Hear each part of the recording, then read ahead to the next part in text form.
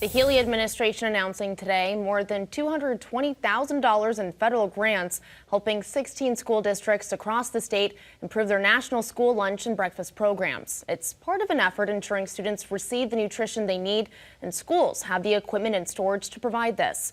Recipients in our area include Holyoke and Northampton Public Schools, as well as the Pioneer Valley Regional School District in Franklin County and the Ralph C. Mahar Regional School District, which covers parts of Franklin and Worcester County. State officials insist good nutrition is needed, not only to help kids be healthy, but also to foster learning and future success.